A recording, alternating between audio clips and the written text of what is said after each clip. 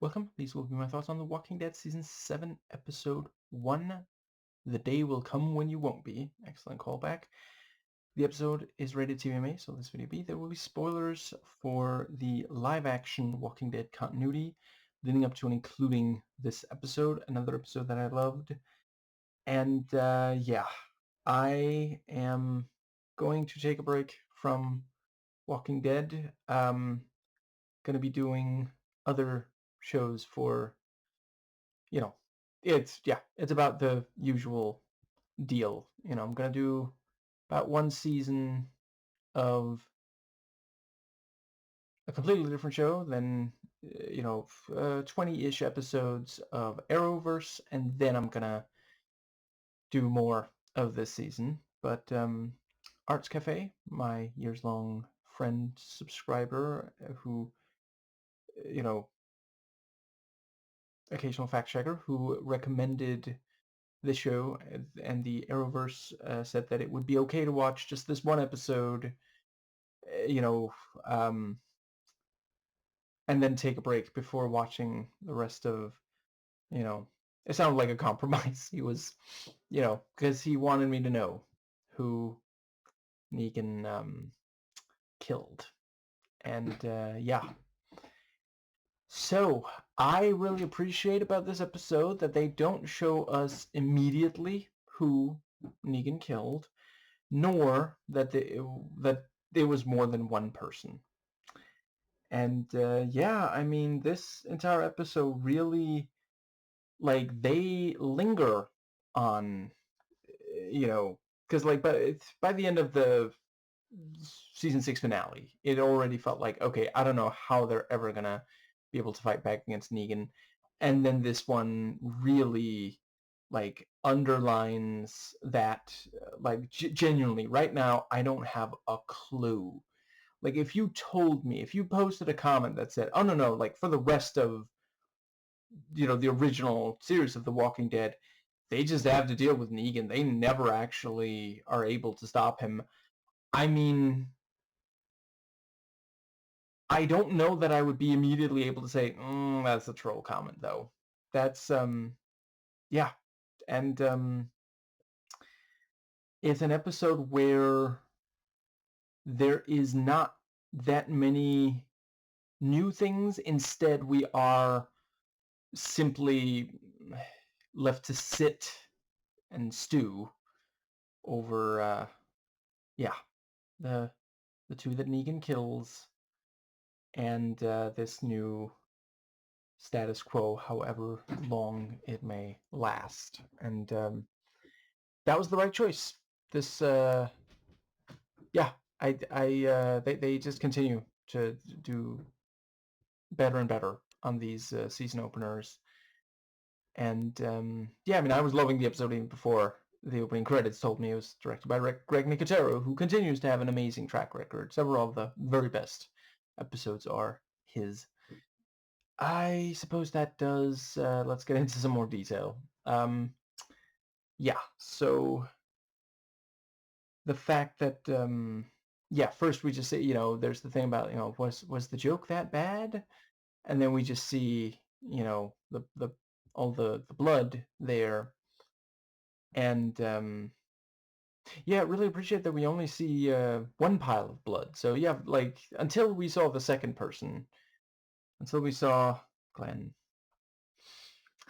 I really, I was sitting there hoping, okay, maybe they really won't kill off Glenn, because, I was thinking, like, okay, the person that would hit the hardest for them to kill, I feel like might be Glenn. Yeah. And yeah, so the yeah, afterwards, Rick Rick's things up, because it wouldn't be The Walking Dead without that. And I'm not gonna pretend like I don't understand him. It's but yeah. God damn it. Yeah. So they go on a little trip, and I really appreciate the way that like Negan, essentially everything's a power move. You know, he is constantly just communicating that he has the power. It doesn't really matter to him who has the plant. And yeah, you know, you got to think about, listen, I will turn my back on you. The hatchet's right there. You know, grab the hatchet, man. And yeah, you know, he's got the gun, and yeah, then he throws the hatchet out and tells Rick to go get it. And yeah, I mean, this is one area where, you know, there's a decent amount of overlap between like a crime boss, which is essentially what he is, and a middle school bully, and a disturbing number of powerful people throughout history. Just this thing of, you know, just showing I can do this to you, and there's nothing you can do to stop me, you know, to break their spirit. And yeah, just throughout this episode was incredibly tense. I mean, it's not like I make a habit of that anyway, but I could not take my eyes off it at all. Like, just, yeah. Um, and so you know, he goes for the hatchet, and, you know, Negan does shoot. And yeah, oh my God, the part where he, like, has to grab onto the hanged walker, and then, you know, the neck starts to break. Oh God. And the fact that Negan every so often does, you know, pop up and fire some shots. It actually reminds me of more than one video game boss fight when he does that. And yeah, love those little very, very swiftly cut montages, you know, before we see who is hit, and we see, you know, so to just really to build up to the reveal, even after people had waited for all this time. I think it's maybe 15 minutes of the episode or something, like a third of the episode before we actually see. And then, you know, he has the line about, remember what happened back there. And so Rick does. So see, Negan, he is trying to meet you halfway. At least some of the time he does what you tell him to. And I'm really gonna miss. Yeah. I wish I could remember his name, but me and names these days. But yeah, the redhead. You know, I'm gonna miss him, but this was also a really effective way for him to leave the show. I love the little, because when we get a close-up right after he's been chosen, and there's this just like a hint of a smile, because like he's thinking this means the rest of them are gonna make it. And maybe also, like, you know, I mean, some of the time he will say and do self-destructive things, you know, so he, I don't know, it varied. There were times where he clearly did really love life, but there were definitely times where, you know, which is part of why it's so fucked up that Glenn was also killed. And I think Negan specifically, he could tell, you know, this is someone that they're really going to be distraught by. Yeah. And I really appreciate the writing detail that the person killed was not the person who attacked him, because now Daryl, however long he goes on living, he is going to feel guilty over this, even though, I mean, it's a very natural reaction he has, and, you know, you are not to blame for bad things other people do to punish you. And the makeup on Glenn, who I'm also really gonna fucking miss. With the fucking eye, Jesus Christ, and the detail that he's struggling to get the words out. Oh my god. Yeah, I mean, I wouldn't be watching live action Walking Dead. Oh shit. Okay, there we go. Autofocus unfucked itself. I wouldn't be watching live action Walking Dead if I couldn't handle a show that really punishes the viewer for caring, for getting invested, and yeah, just the also great bit where the POV shot for Rick during the Eeny Meeny Miny Mo, and good choice of close-ups. You know, we get a couple of close-ups that to some of the people who cared the most right after. You know, so for once again, I'm afraid I do not remember his name. The redhead. You know, yeah, the two young women who were interested in him. And yeah, so ultimately, you know, Negan drives Rick back and then points out, you know, he's still, yeah, like, you know, you still have the look. You still look at me like I shit in your scrambled eggs. Well, Negan, I'm just going to put forward that if you don't like that look, you should probably find a new hobby then. But then we get to one of the most fucked up, not just this episode, but the entire continuity so far up to including this episode, telling Rick to, yeah. I mean, I guess at least he pulled a, I want to say Isaac, and saying, no, I just want to see if you do it. You don't actually have to sacrifice your firstborn to me. And really appreciate the detail that Carl actually says, it's okay, do it, you know. Yeah. If you are trying to explain the trolley problem to someone and they seem disinterested, show them this scene. And Michonne trying to, you know, she's like, we understand, and Negan's like, you understand, but I don't think Rick understands. Yeah. I think that does pretty much get us to the I think one of the things that also works so well about Negan is how much he explains. Like, he's like a Nolan character. He is constantly saying, okay, so here's how this is going to feel. I know right now you're probably thinking this. And yeah, I mean, there's a reason why Negan speaks like that, and Nolan likes to write and direct stuff like that, because it can be incredibly effective if you're doing it right. And yeah, just that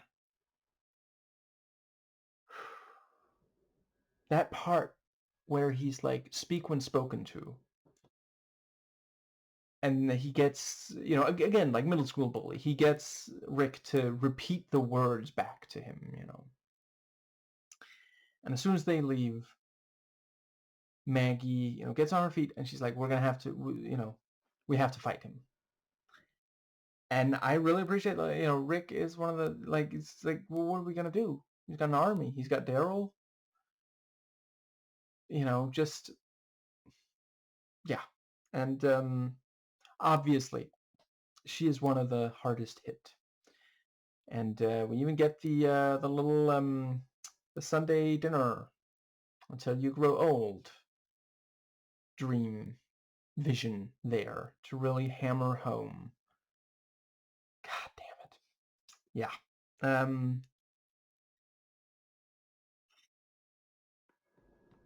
I think that is just about. I'm just gonna real quick mentally go over. Yeah, and also, you know, he says, you know, not only will Daryl get cut into pieces, but he'll make Rick do it himself if they try anything.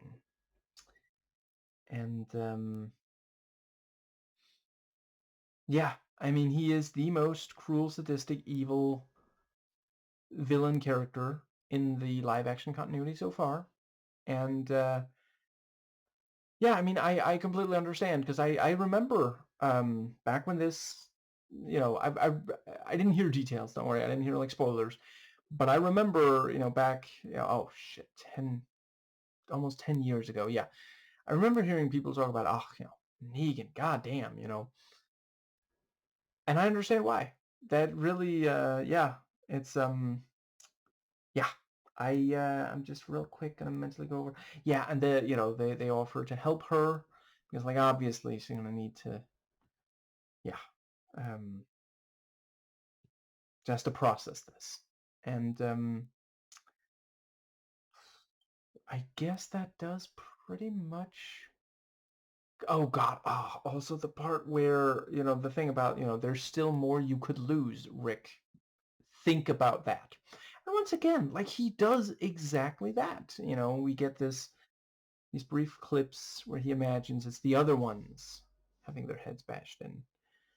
And then when he comes back and the trip didn't quite have the intended effect. I mean, listen, there's a lot of people who don't like road trips. He has them point guns at everyone. And yeah, Jesus Christ. And God, the fact that he tries, he's like, you can just do it to me, please don't do it to my son. This parental self-sacrifice. I don't know why, but I also just really like the detail that, are you a southpaw? What? Because like he's never heard that before, and so he's like, okay, are you, I forget if he said lefty or left-handed, but yeah, the I think that is just about everything about this episode. Let me just real quick mentally fast forward through the entire thing to see if there is anything at all left. Yeah, I think also just the fact that he makes fun of them after he makes fun of Glenn about the eye and struggling to talk, and he makes fun of the suck my balls line, and yeah. um let's see,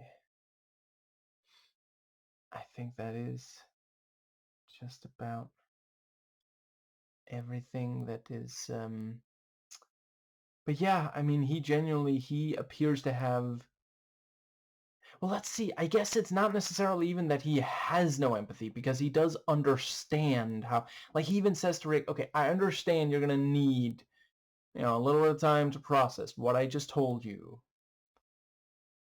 but he either doesn't have it and is just like trying his best to piece together how they're feeling, or he has it but chooses not to engage it. And I'm not entirely sure which is the scarier prospect, but yeah. And yeah, just little things like the thing about, what was his name? Daryl? That sounds like it actually might be right. Like just this the fact that he will, because like that, oh, that sounds like it might actually be right. Like I'm pretty sure I've used that turn of phrase. That's just something you say if someone is trying to remember something and you want to mess with them a little bit. But then he'll also, with the same, like, well, let's see, it's not always this jolly tone. Sometimes he is more intense, but he talks about it like it's nothing to him. Like he's done this a million times and he's never gonna stop. Just while talking about the absolute worst of the world. I just, yeah. Um, yeah. I think the thing he talks about was, he says something about, he makes, or yeah, he points out that they're not laughing. I think it was the thing about, he made a joke about, he is, was, and will always be red. And he's like, was the joke that bad? Well, Negan, If you surround yourself with yes men, your sense of humor is never going to improve.